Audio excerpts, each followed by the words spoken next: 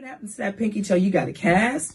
You're going to have a problem walking. So there's an ache. There's an ache. And you know what? There's an ache. Mm-hmm. And you know what? We don't want to be part of that ache. Mm-hmm. We want to be everything God's called us to be. Absolutely. I don't want to be an ache in the body. That's a good thing, isn't it? I want to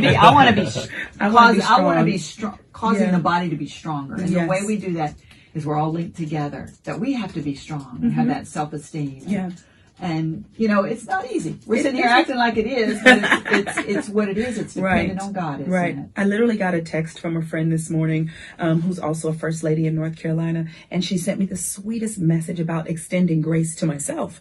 She said, I know you're doing a lot and you're busy, but grace is extended to you as well. Sometimes you push and you go and you say, I have to for my kids and my family and my church if you're in leadership, and you just keep going and going. And sometimes you just need to breathe. You just need to take a moment to refresh. I love the scriptures where it talks about he maketh me to lie down, in green pastures. That sounds like a vacation to me, So sometimes we have to lay down and refresh and build ourselves up so we don't deal with low self-esteem, so we don't question ourselves. And, sometimes when you're tired, you can make the worst mistakes when you're tired.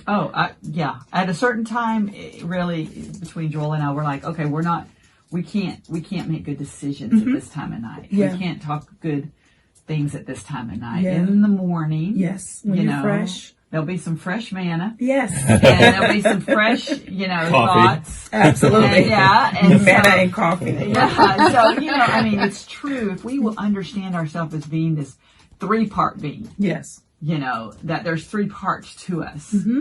And, we can't just push because we're strong. Right. And not expect some of the other parts to suffer. Right. We've got to be strong in all areas. Mind, body, spirit. Absolutely. And there's nothing wrong with taking care of yourself. Mm-hmm. Absolutely. Hitting the reset button. For sure.